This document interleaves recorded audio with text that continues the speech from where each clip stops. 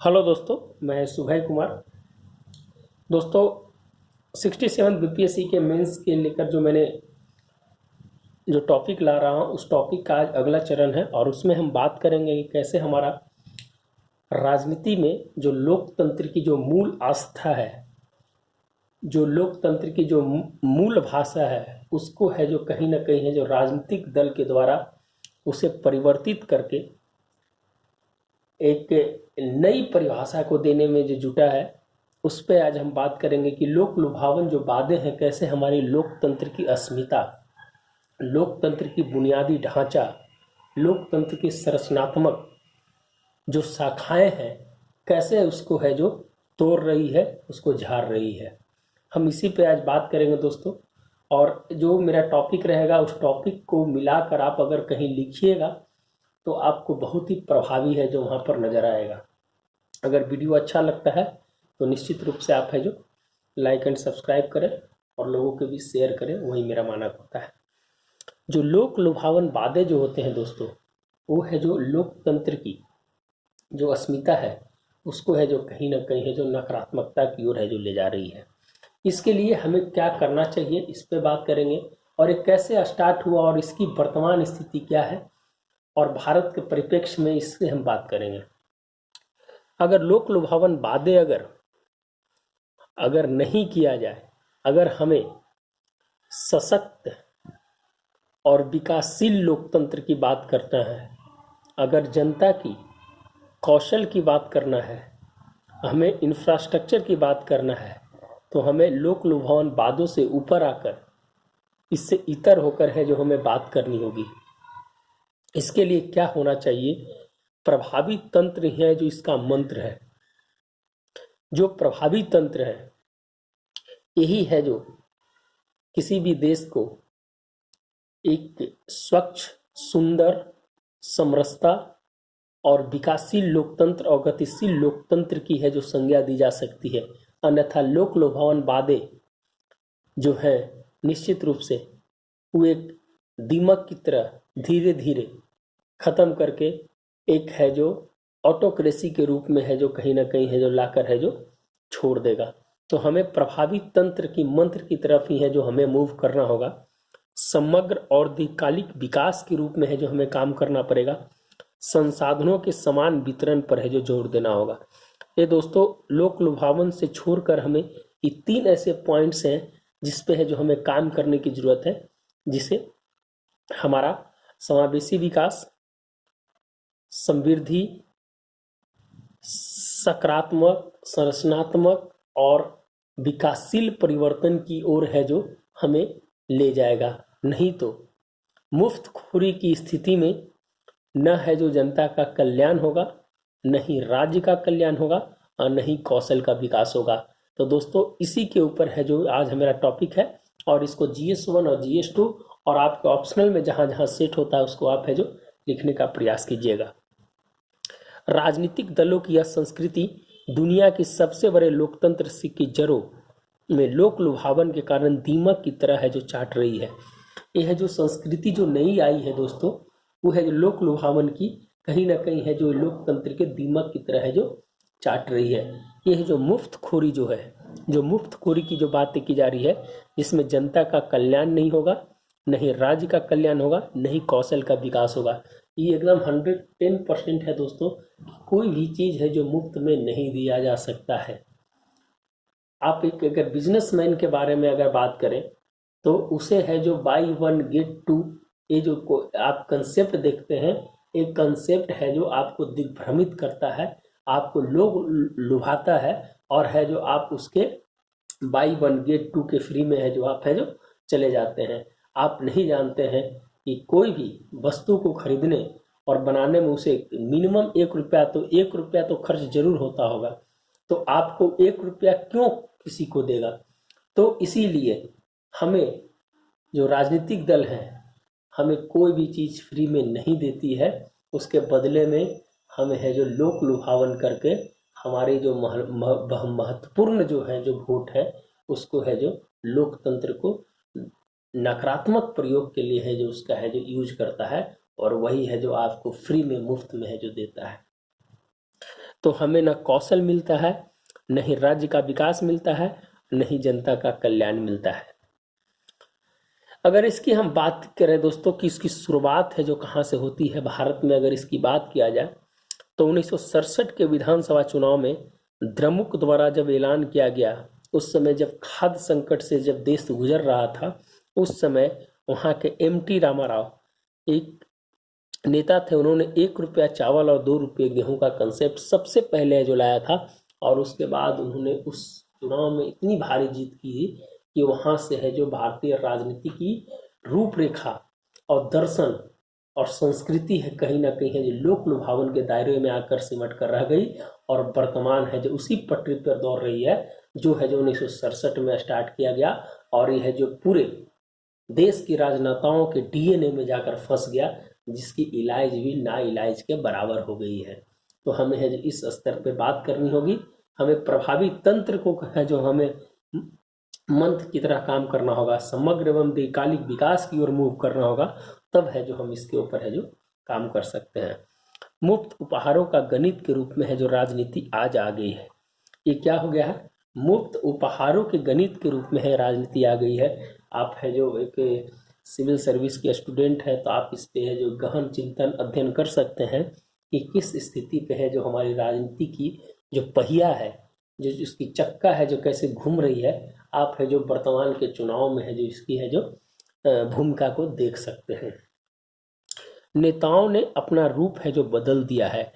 नेताओं ने अपना जो रूप है, जो अपना जो सेवा का भाव है, कहीं ना कहीं सेवा का भाव के बदले आपकी जो मुफ्तखोरी की जो चीज़ें मिलती हैं उसके बदले में आपकी ज़मीर को भी लेने का है जो प्रयास करता है। ये लोकतंत्र की सबसे 21वीं सदी की सबसे नकारात्मक रूप में है जो देखा जाएगा। जब इतिहास लिखा जाएगा दोस्तों तो निश्चित रूप से इसकी चर्चा है जो जरूर की जाएगी। हम जैसे 1967 की चर्चा कर रहे हैं, जब इतिहास लिखा जाएगा तो वर्तमान समय की भी चर्चा की जाएगी कि कैसे लोग मुफ्त उपहारों में है जो राजनीति की DNA में है जो परिवर्तित होकर अपने लोकतंत्र की आत्मा को भी लोगों ने बेच दिया, बिजनेस मॉडल के रूप में है जो उसको है जो उपयोग करता है। दोस्तों अगर हम बात करें दोस्तों कि कुछ ऐसी इम्पोर्टेंट चीज़ की जो इसकी समाधान है, उसके लिए क्या करना चाहिए, तो 2013 में है जो एक याचिका है जो सुप्रीम कोर्ट में डाली गई थी, उसमें है जो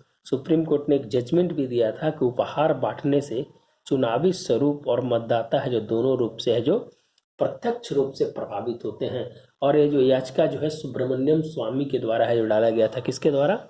सुब्रमण्यम स्वामी जो BJP के भी नेता हैं राज्यसभा में, उनके द्वारा है जो ये याचिका है जो डाली गई थी।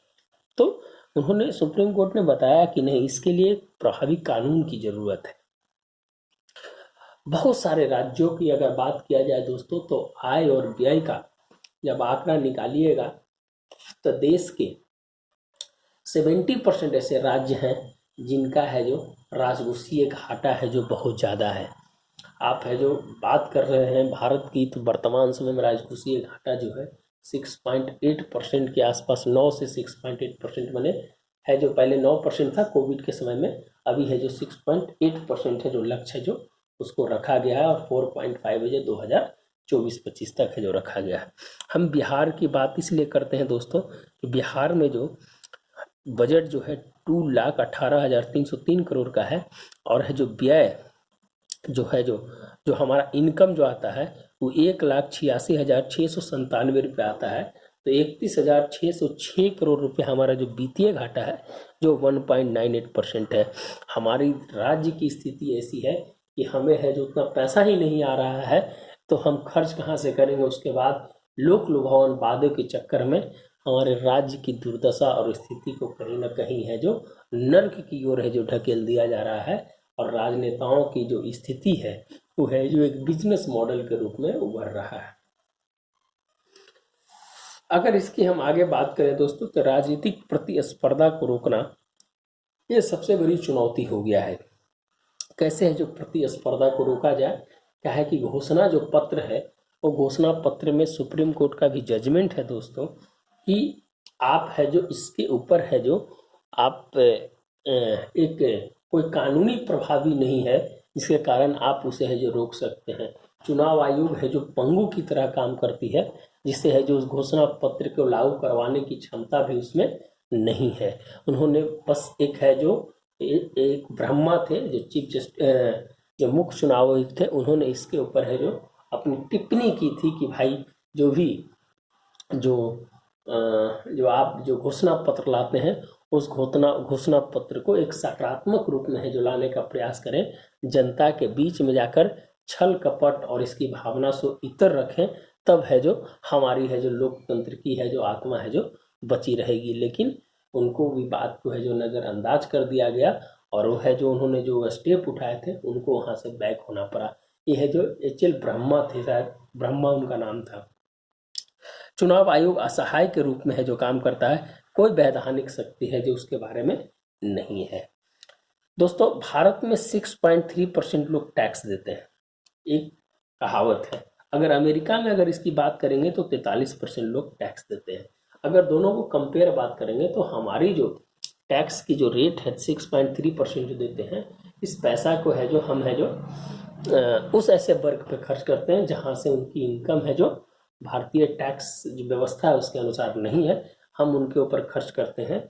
लेकिन अगर अमेरिका में 43% लोग टैक्स देते हैं तो वहाँ पर 50-50 का रेशियो हो जाता है, तो वहाँ पर ऐसी स्थिति है जो लोक लुभावन की स्थिति है जो नहीं बन पाती है। लेकिन पिछले ऐसे चुनाव में अमेरिका फर्स्ट की नीति जिस प्रकार से डोनाल्ड ट्रंप ने लाया था, उसका एक सीधा और साफ संदेश था कि लोक लुभावन वादे की ओर है जो मूव करना, उसको प्रेरित करना। लेकिन वहाँ की जो स्थिति है भारत से अलग है।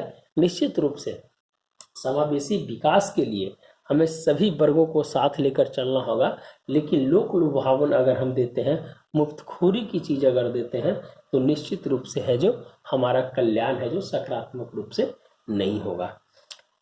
FRBM अधिनियम 3% है जो रखने का है जो प्रयास किया गया था। आप जानते हैं दोस्तों कि FRBM जो रूल्स है राजकोषीय नीति से रिलेटेड है और केंद्र सरकार के औराधे और गारंटी की सीमा है जो ये तय करता है और पारदर्शिता और सामाजिक सूचना की जानकारी देता और जागरूकता को है जो बनाता है।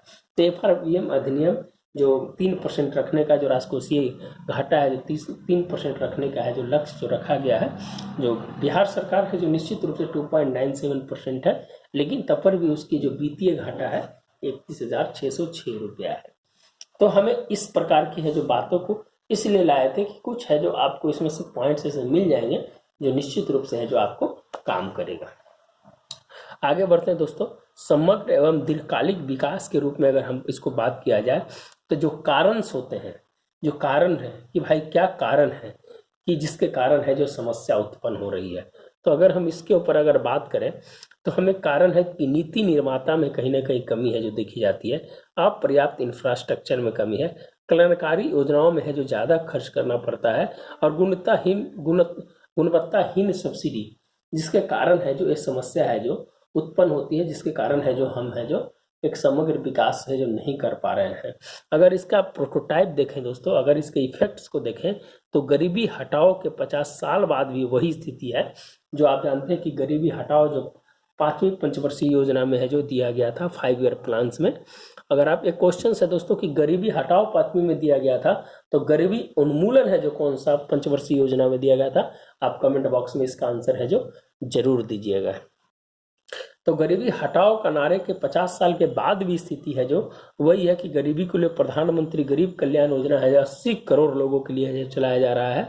और ये बताइएगा दोस्तों, गरीब कल्याण योजना है जो कहाँ से स्टार्ट किया गया था और कब तक है जो इसको रखने का प्लान है, ये है जो आपका टैक्स है। दूसरा कि बैंकों का राष्ट्रीयकरण के 60 साल बाद भी गरीबों तक बैंक की पहुंच है जो नहीं हो पाई और 30% जनसंख्या है जो भी इससे अभी पहुंच नहीं है। तो ये कुछ ऐसे फैक्ट्स हैं कि इसके अनुसार से है जो समग्र विकास में कहीं ना कहीं है जो समस्या उत्पन्न हो रही है, जिसके कारण दीर्घकालिक विकास है जो हम नहीं कर रहे हैं। अगर हमें इसके लिए करना है तो क्या क्या करना पड़ेगा, तो अर्थव्यवस्था में इंफ्रास्ट्रक्चर की स्थिरता को है जो बढ़ाना पड़ेगा, बुनियादी ढांचा विकास को मानक के रूप में है जो नई रूपरेखा देनी होगी, रोजगार सृजन की समस्या में कमी लानी होगी, जो समस्या है उसको है जो बढ़ाना पड़ेगा, जो समस्या है उसमें है जो रोजगार सृजन की जो समस्या है उसको समस्या को है जो और है जो इसको कमी करके इसको है जो बढ़ाना पड़ेगा, जो समस्या है तो समस्या को है जो कमी करके है जो बढ़ाना पड़ेगा। स्वास्थ्य शिक्षा पर जीडीपी के 5% से भी जो कम खर्च होता है उससे है जो हमें बढ़ाना पड़ेगा। आप जानते हैं दोस्तों कि स्वास्थ्य शिक्षा पर भी है जो हमें है जो बहुत कम खर्च करते हैं जीडीपी का, इसे बढ़ाना पड़ेगा। किसानों को ऋण तक है जो पहुंचाना पड़ेगा, जो मात्र 12% है उसे है जो 30% 40% तक करना पड़ेगा। कोठारी आयोग 1967 ने संस्तुति दी थी कि जीडीपी का है जो 5% कम से कम है जो उससे है जो 5% से ऊपर है जो खर्च करने का है जो उन्होंने शिक्षा पर है जो उन्होंने दिया था। पहला जो अपना जो आयोग बना था शिक्षा के लिए दोस्तों 1968 में बना था। अभी तक 3 आयोग बने हैं, तो पहला तो कोठारी आयोग है, दूसरा कौन है और तीसरा कौन है, ये है जो आप कमेंट बॉक्स में है जो बताना है। हमने लॉजिस्टिक पे है जो 14% खर्च करते हैं, बाकी देश 8% करता है, तो हमें वहाँ कटौती करना चाहिए जहाँ से लोगों के बीच है जो काम करे। हमारी श्रम शक्ति को कैसे बढ़ाना है उस पर काम करें, महिलाओं को कैसे भागीदार बनाना है उस पर काम करना है, हमें कार्यशील क्षमता को कैसे बढ़ाना है उस पर काम करना है, हमें कौशल विकास डिजिटल इंडिया पे है जो काम करना है, हमें है जो नई तरक्की की ओर है जो कैसे है जो मूव करना है, हमें है जो compete करना है चाइना के साथ, हमें है जो निर्यात को बढ़ावा देना होगा, हमें है जो निर्यात इंफ्रास्ट्रक्चर को बढ़ावा देना होगा। तो निश्चित रूप से है जो इस तरह की है जो समग्र एवं दीर्घकालिक विकास के रूप में है जो काम करेगी। तो दोस्तों आज हम यहीं तक वीडियो को रखते हैं, आगे है जो आप देखते रहिए, और अच्छा लगता है तो वीडियो है जो निश्चित रूप से लाइक एंड शेयर। ये एक छोटा पार्ट था जिसमें जो आप कहीं भी जोड़ कर इसको लिख सकते हैं। तो धन्यवाद दोस्तों, मिलते हैं नए वीडियो के साथ। धन्यवाद।